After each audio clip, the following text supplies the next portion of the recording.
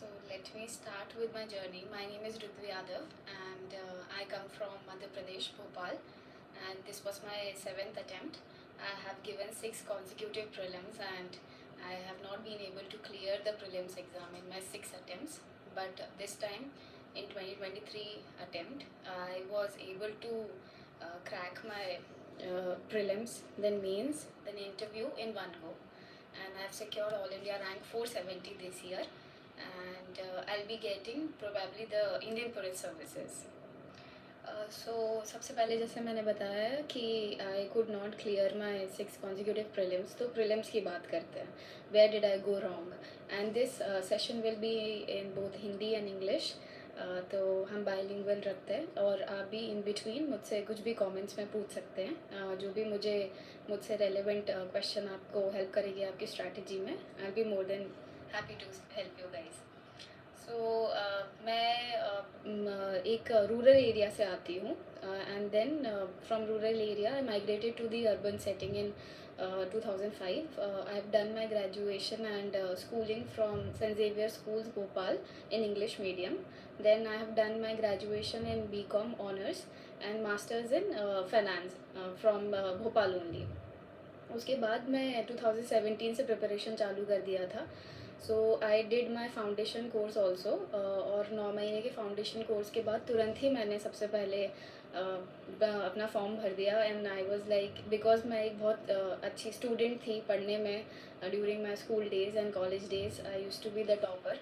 तो मुझे लगा कि जैसे ही जो भी कोचिंग में करा रहे हैं तो that will be more than sufficient and you are good to go. आपने फॉर्म भर दिया है, अपने फाउंडेशन कोर्स कर लिया है एंड आपका पेपर निकल जाएगा. But this is a myth. You need to, along with the coaching, you need to study the PYQs. You need to prepare all the topics जो UPSC पूछ रहा है, because through only through PYQs you'll be able to know कि actually UPSC का focus area क्या है. तो आप UPSC के PYQs के थ्रू ये जान पाएंगे कि हिस्ट्री में भी कुछ पर्टिकुलर टॉपिक्स रिपीट हो रहे हैं, पॉलिटी में भी पर्टिकुलर टॉपिक्स रिपीट हो रहे हैं, similarly in geography, environment and science tech और IR. तो सारी चीज़ें आपको तभी रियलाइज़ होंगी जब आप PYQs देखोगे. तो इन माई इनिशियल 2-3 अटैम्प्ट्स मैं सिर्फ कंटेंट के पीछे भाग रही थी इन GS एंड उसके चक्कर में I accumulated a lot of knowledge. मैंने NCERTs भी पढ़ी, मैं स्टैंडर्ड बुक्स पे भी गई, और उसी के साथ मैंने कुछ एक्सटर्नल बुक्स भी पढ़ी जैसे लूसेंट वगैरह, जो उस टाइम पे रिक्वायर्ड नहीं थी. And I use to be over prepared and in those 2 hours of the exam मैं प्रेशर में आ जाती थी. और जब मैं, क्योंकि मैं PYQ देख के नहीं जाती थी, तो मुझे नहीं पता था कि एग्ज़ाम का पैटर्न क्या है और कैसे एलिमिनेट करना है, वहाँ कॉमन सेंस लगाना है और अपने प्रेशर को पूरा कंट्रोल करके आपको उन्हीं 2 घंटे में आंसर निकालने हैं. And the best part about the UPSC exam is that they do not, वो नहीं आपसे चाहते हैं कि आप 200 में से 200 लेके आओ. वो बस इतना चाहते हैं कि आप एक bare minimum cut off clear करो, और वो बेयर मिनिमम आप तभी कट ऑफ क्लियर कर सकते हैं जब आप एग्ज़ाम कंडीशन में सबसे पहले जाके मल्टीपल आप रिपीटेशन में एक बार देख लेते हो पेपर को. आप अपने आप को जैसे इस बार मेरे अटेम्प्ट में मैंने ये किया कि you know 2023 was an exceptional paper, most difficult paper, और आप कितनी भी प्रिपेयर्ड हो उसके बावजूद भी देर आर मैनी कैंडिडेट्स जो इस बार नहीं सिलेक्ट हुए हैं. बट इस बार मैं सिलेक्ट हो गई. क्यों? क्योंकि when I looked at the paper I was like कि ये क्या हो गया है, ये सारे ऑप्शंस चेंज हो गए, एलिमिनेशन टेक्निक यहाँ काम नहीं कर रही है, एंड इस पेपर में मैं क्या करूँगी. मैंने अपने आजू बाजू बगल में देखा कि सबका कंडीशन कैसा है. Then everybody was crying and सबका टेंशन वाला माहौल हो गया था. तो मैंने सोचा कि ठीक है, अब मैं भी क्या करूँगी. तो मैंने शुरू में इनिशियली पेपर को घुमाया, देखा, सारे क्वेश्चंस आइडेंटिफाई करे कि पॉलिटी से ये बन जाएगा, इकोनॉमिक्स से ये बन जाएगा, चलो 40-50 क्वेश्चंस की तो जुगाड़ हो जाएगी. बट फिर क्योंकि मैंने जो इनिशियल 5-10 मिनट्स लिए पेपर को देखने में, तो मेरा जो शॉक फैक्टर था वो वहीं के वहीं कंट्रोल हो गया. And I was constantly smiling at the paper कि अगर मेरा नहीं होगा तो किसी का भी नहीं होगा, क्योंकि सबके लिए पेपर डिफ़िकल्ट है. And that worked for me. I took my pressure of, और चाहे कितना भी डिफ़िकल्ट पेपर हो, वही स्ट्रैटेजी लगी, वही PYQ. क्योंकि मैं अपने 4थे 5वें अटैम्प्ट में I was completely focusing on the PYQ, और पहले के सारे अटेम्प्ट में मैंने इतने सारे टेस्ट लगाए, इतनी सारी कोचिंग के टेस्ट लगाए, चाहे वो विजन हो, फोरम हो, इनसाइट हो, नेक्स्ट IAS हो, सारे क्वेश्चन से मुझे नॉलेज तो बिल्ड अपॉन हुआ, कंटेंट तो बिल्ड अपॉन हुआ, और हमेशा I use to score very good in my mock test. 100 के ऊपर आ रहे हैं, 120 के ऊपर आ रहे हैं, एंड मुझसे हमेशा लोग बोलते थे कि you are always ready to clear this paper, but पता नहीं वहाँ पे I was not able to control my pressures, तो उस चक्कर में नहीं हुआ। फिर लास्ट के 5th और 6th अटेम्प्ट में I was not able to crack my CSAT exam, बट फिर मैंने CSAT की भी स्ट्रैटेजी बनाई। In the last GS I scored around 98 in GS and around 72 in my CSAT paper. तो मैं इस कंडीशन में मैंने क्या किया कि CSAT के लिए मैंने फिर से PYQ पे गई। मैंने आइडेंटिफाई किया कि PYQ में कुछ थीम्स है जो CSAT पेपर में आ रहा है, जैसे कि नंबर सिस्टम आ रहा है, उससे अराउंड 10 to 12 क्वेश्चन आपके डायरेक्टली इनडायरेक्टली आ रहे हैं। सिमिलरली आप देखो परम्यूटेशन कॉम्बिनेशन के 4-5 क्वेश्चन आ रहे हैं, पैसेजेस के लगभग 25 से 32 क्वेश्चन आ रहे हैं, और उसके अलावा आपकी लॉजिकल रीजनिंग आ रही है, अजम्पशन बेस्ड आ रहे हैं, डेटा सफिशिएंसी के क्वेश्चंस आ रहे हैं, सिलॉग्स के क्वेश्चंस आ रहे हैं। तो अगर आप पूरा CSAT नहीं भी पढ़ते हो, प्रॉफिट एंड लॉस नहीं पढ़ते हो, एज नहीं पढ़ते हो, एवरेज नहीं पढ़ते हो, बट आपने ये कुछ टॉपिक्स अच्छे से कर लिए और इनके PYQs लगा लिए, इनका एक पैटर्न पता कर लिया, जैसे इस बार के पेपर में हुआ, 1-2 क्वेश्चन ऐसे थे जो डायरेक्ट PYQ की थीम से निकाले हुए CSAT के क्वेश्चन थे। अगर आपने वो PYQ सॉल्व किया था तो आप 5 सेकेंड में उसका आंसर निकाल सकते थे। तो this is how PYQ helps. आपका एक बहुत ही आपका पूरा दायरा जो है वो क्लियर हो जाता है कि आपको इतना ही पढ़ना है। Everything under the sun is the syllabus of UPSC, बट if you study and stick to the PYQs, your life will be sorted. You will be sorted. You will not have to waste your attempts. About wasting your attempts, अगर आप ने अपना foundation course कर लिया है और उसके बाद आप अपने मेंस के लिए प्रिपेयर्ड नहीं हो, तो आप वो अटेम्प्ट प्लीज़ ना दिए, क्योंकि GS में आपको 4 पेपर लिखना है, GS पेपर 1, 2, 3, 4, एंड देन आपको 2 ऑप्शनल के पेपर लिखना है, आपको एक ऐसे लिखना है, 2 ऐसेज लिखने हैं, और आपको हिंदी इंग्लिश का दैट इज़ ऑप्शनल, बट फिर भी आपको इतने सारे पेपर लिखने हैं। तो अगर आप इतने सारे पेपर लिख रहे हो तो आपको इसकी राइटिंग प्रैक्टिस भी उतनी ही करनी है, क्योंकि प्रीलिम्स एग्ज़ाम आप कितने बार भी निकाल लो, अगर आपने मेंस एग्ज़ाम नहीं निकाला तो you will not get the interview call, and अगर आपको इंटरव्यू कॉल आ भी गई है and you are not getting those sufficient mains marks, तो आप इंटरव्यू से बाहर हो जाओगे और आप उस साइकिल में फंस जाओगे जहाँ पे आप इंटरव्यू से बाहर हुए, you are hardly getting that 1 month, फिर से प्रीलिम्स हो गया, फिर आप फिर से मेंस दे रहे हो, and if you are not mains prepared तो आप फिर से उसी साइकिल में फंस गए, फिर से आप प्रीलिम्स दे रहे हो, फिर से आप नेक्स्ट मेंस दे रहे हो। तो आप पहले अपना मेंस सॉर्ट करो। मेंस में सॉर्ट करने के लिए आपको सबसे पहले आइडेंटिफाई करना है आपके सोर्सेज। तो आपको जो आपके फाउंडेशन कोर्स के सब्जेक्ट्स होंगे प्रीलिम्स एंड मेंस में, तो आपको देखना है कि वो कॉमन कौन से हैं, तो आपको उनके लिए एक ही सोर्स रखना है। मेरा ऑप्शनल सब्जेक्ट वो सोशोलॉजी, मैं उसके बारे में भी अभी बात करती हूँ आगे। तो जो आपके कॉमन सब्जेक्ट्स प्रीलिम्स और मेंस के हो रहे हैं, आप उनको पहले सॉर्ट करिए, और उसके बाद आप मेंस के जो अलग से टॉपिक्स हैं उनको उनके सिलेबस को देखिए, और उनके सिलेबस से फिर आप अपने खुद हैंड रिटन नोट्स बनाइए। और हैंड रिटन नोट्स में आप पहले तो यू कैन मेक, या तो आप किसी कोचिंग के मटेरियल के नोट्स ले सकते हैं और उनको पढ़ सकते हैं और लिख सकते हैं, और उसके बाद आपको मेंस के जब आपको एग्ज़ाम देने के लिए जाना है उसके लिए आपको फिर से छोटे और नोट्स चाहिए, क्योंकि आपको वो 2 घंटे के दौरान आपको रिवाइज़ करना है। तो आप रिवाइज़ तभी कर पाओगे जब आपके पास वो 2 घंटे में पढ़ने के लिमिटेड ड्यूरेशन के नोट्स होंगे, क्योंकि आप सुबह 9 बजे से 12 बजे तक पेपर लिख रहे हो, फिर 2 बजे से 5 बजे तक पेपर लिख रहे हो, तो you don't have the energy, you don't have the extra that capacity कि आप इतना सब कुछ याद कर पाओ। So you just have to write everything in keywords. तो आप GS पेपर 1 में आते हैं, तो हिस्ट्री जो आपके सिलेबस के मेन टॉपिक्स हैं that is history, geography and society and world history. तो आपकी हिस्ट्री एंड जोग्राफी जो है वो आपका प्रीलिम्स में कवर हो जाएगा, बट उसके अलावा कुछ कुछ इंपॉर्टेंट टॉपिक रहते हैं, जैसे विजयनगर एम्पायर हो गया, जैसे दिल्ली सल्तनत हो गई जो UPSC की फेवरेट थीम है, जो आर्ट एंड कल्चर के क्वेश्चंस है जो मेंस में यूपीएससी पूछता है। तो ये आपको अलग से पढ़ना है और इसके अलग से नोट्स बनाने हैं और आपको पीवाईक्यू प्रैक्टिस करनी है। with that limited knowledge only you have to write exceptional answers। आपको डायग्राम भी बनाने हैं। For diagrams you can use the fine arts book और उस पर से आप डायग्राम्स देखें, चाहे वो टेम्पल आर्किटेक्चर हो, चाहे वो बुद्धा का हेयर स्टाइल हो, टाइप्स ऑफ बुद्धा स्कूल हो, या फिर जैनिज़्म का कुछ स्कूल ऑफ थॉट हो। तो ये सारी चीज़ें आपको इंडियन फाइन आर्ट्स की बुक में मिल जाएगी। उसके अलावा ज्योग्राफी में आप वही एनसीईआरटी, बेसिक एनसीईआरटी पे स्टिक टू रह सकते हैं।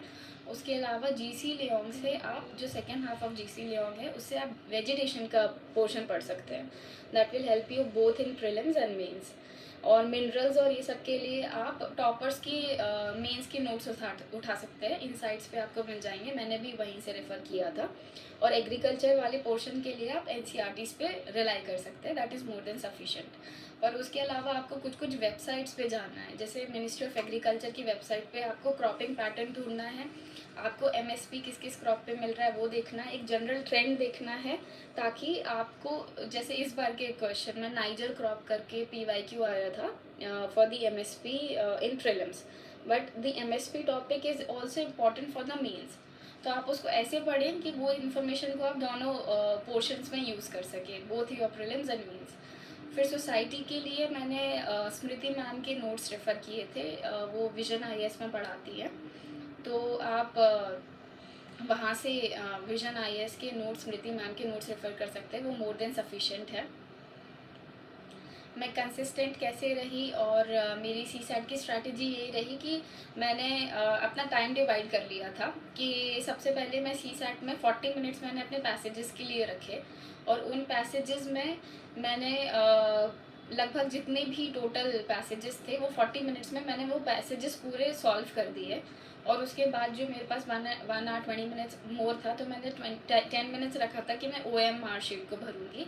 उसके अलावा जो 1 घंटा था उसमें मैंने पहले शुरू के 10 मिनट में क्वेश्चन आइडेंटिफाई कर लिए थे कि मुझे कुछ 50 क्वेश्चन लगाना है, तो मैं कौन कौन से क्वेश्चंस लगाऊंगी जो मैं प्रैक्टिस करके आई हूँ, जैसे कि नंबर सिस्टम, जैसे कि परम्यूटेशन कॉम्बिनेशन, लॉग्स, देन वो लीनियर इक्वेशंस, और ये सारे क्वेश्चन जो मैं प्रैक्टिस करके आई थी वो मैंने आइडेंटिफाई कर लिए थे। अब इसमें क्या चाहिए कि ज़रूरी नहीं है जो क्वेश्चन मैं प्रैक्टिस करके आई हूँ वो मुझसे वहाँ सॉल्व हो। अगर मुझे 30 या 40 सेकेंड से ज़्यादा क्वेश्चन समझ नहीं आ रहा है या 1 मिनट से ज़्यादा हो गया है तो मैं वो क्वेश्चन छोड़ दूँगी, मैं आगे बढ़ूँगी। बट शुरू के 10 मिनट में आप वो 40 से 45-50 क्वेश्चन आइडेंटिफाई कर लो, इंक्लूडिंग योर पैसेजेस। और पैसेजेस में भी आप ये देखोगे कि आपको अजम्पशन वाले करना है, नहीं करना है, इन्फरेंस वाले करना है, डायरेक्ट मैसेज वाले करना है, समरी वाले करना है, ये भी आप शुरू के 5 से 10 मिनट में आइडेंटिफाई करेंगे। और वही पेपर फ्लिपिंग टेक्निक आप यूज़ करेंगे, क्योंकि ऐसा होता है कि मेरा जो पुराना अटेम्प्ट था उसमें मैं लास्ट में जब पैसेजेस पे आई तो इसी पैसेजेस को भी आप सॉल्व नहीं कर पाते हो, क्योंकि आप इतने टेंशन और पैनिक में होते हो कि मेरा क्वेश्चन गलत ना हो जाए, क्योंकि आप हर क्वेश्चन काउंट करके लगाते हो कि अगर आपने एक क्वेश्चन गलत कर दिया तो माइनस इतना हो जाएगा, ये कर दिया तो प्लस 2.5 हो जाएगा, एंड आपका स्कोर आगे पीछे जा रहा है। तो आप उस स्ट्रैटेजी को अभी पीवाईक्यूज़ पे प्रैक्टिस कीजिए, और जितने भी आपके पीवाईक्यूज़ हैं उसको आप टॉपिक वाइज डिवाइड करो कि वो टॉपिक जो आपने पढ़ा है उससे आपके कितने क्वेश्चन सही हो रहे हैं। और लास्ट में सिर्फ आप पीवाईक्यूज़ कीजिए, आप कोई कोचिंग का मौक मत दो, आप वही 9:30 to 11:30 बैठो, और सिमिलरली 2 घंटे के बाद आप सीसैट के लिए बैठो। Then coming back to the main strategy again, GS paper 2 के लिए आप लक्ष्मीकांत को यूज़ करेंगे, बट लक्ष्मीकांत के अलावा आप सेकेंड ARC की रिपोर्ट, समरी रिपोर्ट पढ़ेंगे। उसके अलावा आप गवर्नमेंट वेबसाइट से एग्जांपल्स वगैरह लेंगे, जैसे नीति आयोग के बेस्ट एग्जांपल रिपोर्ट्स होते हैं, 5 ईयर स्ट्रैटेजी है, और उसके अलावा आप इकोनॉमिक सर्वे से भी कुछ चीज़ें गवर्नेंस के लिए यूज़ कर सकते हैं।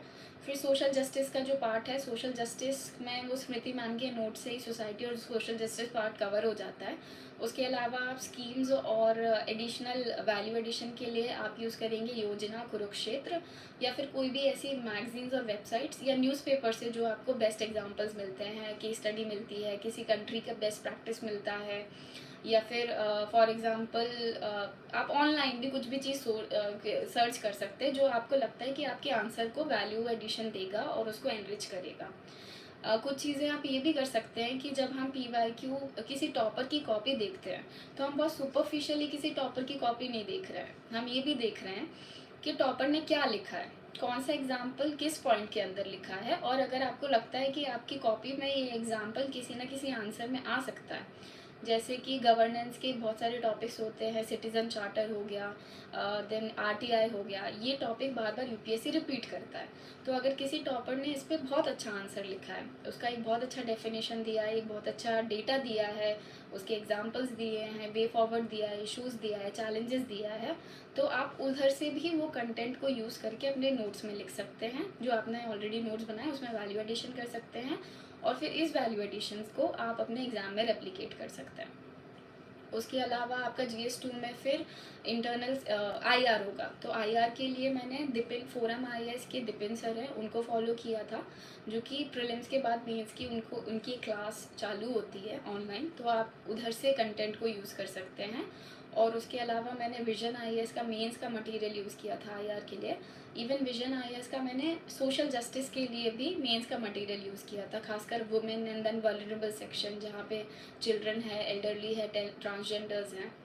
और आप अपने आंसर को इंक्लूसिव बनाने के लिए हमेशा ये चीज़ यूज़ कर सकते हैं कि आप अगर आपका GS पेपर 1 का भी पॉइंट हो, तो भी आप उसमें ट्रांसजेंडर का कोई पॉइंट डाल सकते हैं, या फिर आपका GS पेपर 2 का भी पॉइंट हो, उसमें भी आप हिस्ट्री डाल सकते हैं। बट डिपेंड करता है कि ये क्रिएटिविटी आप अपनी आंसर राइटिंग प्रैक्टिस के दौरान ट्राई एंड टेस्ट करिए। आपको कोचिंग के मॉक्स में, इवैल्यूएशन में वो चीज़ का फीडबैक मिल जाएगा कि whether you are able to nicely inculcate and make a holistic answer और नॉट। फिर हम आते हैं GS3 पे। तो GS3 में सबसे पहले एग्रीकल्चर वाला पोर्शन है। तो एग्रीकल्चर का पोर्शन आप किसी भी नॉर्मल मटेरियल से पढ़ सकते हैं। मैंने विजन से पढ़ा था, विजन का जो वैल्यू एडेड मटेरियल है। उसके अलावा मैंने वेबसाइट यूज़ करी थी मिनिस्ट्री ऑफ एग्रीकल्चर की, और उसके अलावा मैंने गूगल यूज़ किया था, मैंने कुछ चैट GPT यूज़ किया था, जहाँ पे एक्सटेंशन एग्रीकल्चर एक्सटेंशन सर्विसेज करके एक टॉपिक है मीन्स में, तो मैंने चैट GPT पे डाल दिया था, उसका पूरा आंसर बन के आ गया था। एंड देन मैंने उस आंसर को एज अ मॉडल आंसर मान के अपना नोट्स बना लिए कि मैं अगर एग्ज़ाम में आएगा तो मैं इसको ऐसे ही यूज़ करूँगी। उसके अलावा आपका इकोनॉमिक्स वाला पोर्शन है, तो इकोनॉमिक्स के लिए मैंने विवेक सिंह की बुक पढ़ी थी। और क्योंकि मैं इतने टाइम से 6 साल से प्रिपरेशन कर रही थी, तो मैंने काफ़ी टॉपिक्स और काफ़ी बुक्स ऑलरेडी पढ़ लिए थे। तो मैंने मृणाल सर के नोट्स भी पढ़े हैं, विवेक सिंह सर के नोट्स भी पढ़े हैं। देन मैंने इकोनॉमिक्स की NCERTs भी पढ़ी हैं। उसके अलावा श्री राम की कुछ टॉपिक्स पढ़े हैं। तो जहाँ से आपको बेस्ट लगता है, एक कि ये गवर्नमेंट स्कीम वाला टॉपिक मृणाल सर अच्छा करा रहे हैं, और विवेक सिंह सर जो होलिस्टिक इकोनॉमिक्स है, जैसे कि इन्वेस्टमेंट मॉडल, सेविंग मॉडल, या फिर international capital account, current account, ये सारे टॉपिक्स जो हैं, जो UPSC ऑलरेडी पूछ भी चुका है। एग्रीकल्चर वाला पोर्शन, ये सारी चीज़ें आप पिक एंड चूज़ कर सकते हैं कि आपको क्या अच्छा लग रहा है। इसके अलावा आप वैल्यू एडिशन करेंगे इकोनॉमिक सर्वे से, बजट से, और बजट को सिर्फ उसी साल का नहीं, आप 2 साल के बजट देखेंगे, पिछले साल का, पिछले साल का वही बजट। और इकोनॉमिक सर्वे में भी आप समरी निकाल सकते हैं लास्ट 5 ईयर्स की, क्योंकि लास्ट 5 ईयर्स में बहुत अच्छे इकोनॉमिक सर्वे में टॉपिक्स आए हैं, जैसे नजिंग थ्योरी हो गई, या फिर थालीनॉमिक्स हो गया। तो जब आप इन कीवर्ड्स को ड्रॉप करते हैं, तो जो इवैल्यूएटर है उसको समझ में आ जाता है कि आप वेल रेड हैं, और आपको अपने किसी कॉन्सेप्ट को बहुत ज़्यादा वर्ड्स यूज़ करके नहीं बताना पड़ेगा। उसके अलावा हम आते हैं GS4 पे। तो GS4 एक बहुत ही डाइवर्स सब्जेक्ट है, और इसके जो सिलेबस है, इसको आप कहीं से भी पढ़ सकते हैं। जैसे अतुल गर्ग सर हैं, लुकमान IAS सर हैं, ओरिएंट IAS है, then there is Mudit Jain sir का बुक। बट जो एक चीज़ कांस्टेंट रहेगी वो ये है कि आपको PYQs देखने हैं। आपको वहाँ पे शॉर्ट लिखा है कि relation between public life and private life. इसका आप इवन गूगल से भी मटेरियल निकालेंगे तो भी वही निकलेगा, एग्जांपल्स वही निकलेंगे। नोलन कमेटी के 7 प्रिंसिपल्स वो तभी भी सेम रहेंगे, गांधी जी के 7 सेंस तभी भी वही सेम रहेंगे। बट आपको अपने कंटेंट को क्रिस्प रखना है। आप कहीं से भी पढ़ें, आप डुप्लीकेशन ऑफ मटेरियल ना करें, आप एक सोर्स पकड़ें और उसको मल्टीपल टाइम्स रिवाइज करें। और कि एथिक्स में बहुत ज़्यादा इंपॉर्टेंट ये है कि आपके 2 पार्ट्स होते हैं, part A and part B। अगर आपने थ्योरी वाला पोर्शन अच्छे से नहीं किया है, जैसे जस्टिस की थ्योरी हो गई, यूटिलिटेरियन अप्रोच हो गया, कॉन्सिक्वेंशलिज्म हो गया, अगर आपने इन चीज़ों को इन्वाइव नहीं किया, आपने ठीक से समझा नहीं है, तो अपने पार्ट बी जो कि केस स्टडी है, जो कि एक नॉर्मल केस स्टडी होगी कि आप सो एंड सो हैं, आपके यहाँ पे ये सिचुएशन हो रही है, डिज़ास्टर मैनेजमेंट हो रहा है या वुमेन के साथ अच्छा नहीं हो रहा है, तो how are you going to change her how are you going to change her condition, or how are you as a district magistrate going to take steps and do justice to these people. तो आप अपने paper one part one के portion को use करके वही theories को use करके एक अच्छा आंसर बनाएंगे.